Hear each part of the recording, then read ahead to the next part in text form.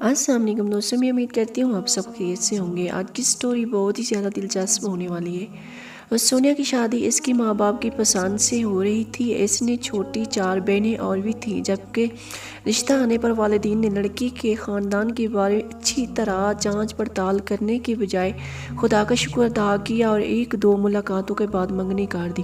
لڑکے والوں نے منگنی کے بعد شادی کی رٹ لگا دی تھی۔ باقول اور ان کے اکلوتا بیٹا تھا اور وہ جلدی گھر آنا چاہتا تھا اور اپنی بہو کو جلدی لانا چاہتا تھا۔ جہیز کے لیے بھی انہوں نے منع کر دیا تھا، اس لیے سونیا کے ماں باپ نے بنا کسی مزاحمت کے شادی کی تاریخ دے دی۔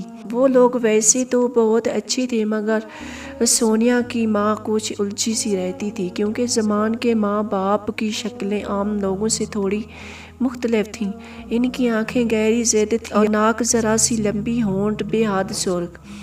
یہی بات سونیا کی ماں کو عجیب لگتی تھی۔ ایک دن اس نے اپنے شوہر سے کہا، اس کے بارے میں بات کی تو اس نے آگے سے ڈانٹ دیا، کمال ہے بیگم، تمہاری سوچ کو سلام۔ اب ہم اس لیے انہیں شادی سے انکار کر دیں گے کہ ان کی شکلیں تمہیں پسند نہیں۔ سونیا کی ماں نے شرمندگی سے کہا، یہ کب کہا کہ ان کی انکار کریں؟ میں نے تو بس ایسے ہی بات کر رہی تھی کہ ان کی شکلیں مختلف ہیں۔ اور اس کے شوہر نے کہا، شکلیں بنانے والے تو خود اللہ کی ذات ہی ہے، ہم کون ہوتے ہیں نقص نکالنے والے؟ شادی والے دن جو لوگ بارات کے ساتھ آئے تھے ان کی شکلیں بھی زمان کے والدین سے مختلف تھیں۔ سب کی وہی زرد آنکھوں اور سرخ ہونٹ۔ ہاں، مگر زمان کی شکل صورت کسی شہزادے سے کم نہیں تھی۔ آنکھیں نارمل تھی، لیکن ہونٹ اس کے بہت گہرے سرخ، جو اس کے گورے رنگ پہ بہت سوٹ کرتے تھے۔ چاند سے اتر کوئی پریزاد لگ رہے تھے۔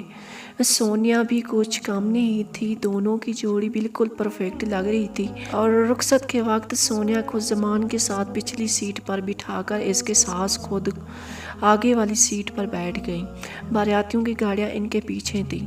کار ایک گھر کے سامنے رکی تو سونیا کی ساس اس کا لہنگا سنبھالتے ہوئے اس کے اندر گئی۔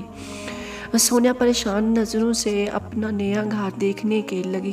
ویسے بہت پیارا تھا، لیکن کوئی سجاوٹ نہیں کی گئی تھی، صرف اس کا کمرہ سجا ہوا تھا۔ زمان کی ماں نے اس کو آرام کا کہا اور چلتی چلی گئی۔ دیر گزر گئی۔ سونیا نے ٹائم دیکھا تو رات کا 1 بج رہا تھا۔ کیسے عجیب لوگ ہیں، کھانا تک نہیں دیا اور یہ زمان کہہ رہے کہ ان سے سوچا اور چار سے لہنگا سے سمیٹتے ہوئے خود ہی اٹھ کر باہر گئی۔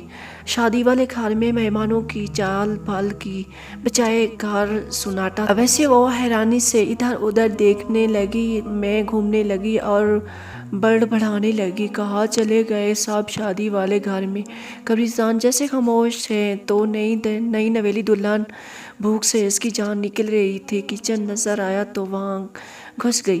ابھی وہ کھانے کے لیے کچھ ڈھونڈتی رہی تھی، اس کے کسی کے قدموں کی آہٹ سنائی دی۔ تو یہ تھی آج کی سٹوری، میں امید کرتی ہوں آپ کو اچھی لگی ہوگی۔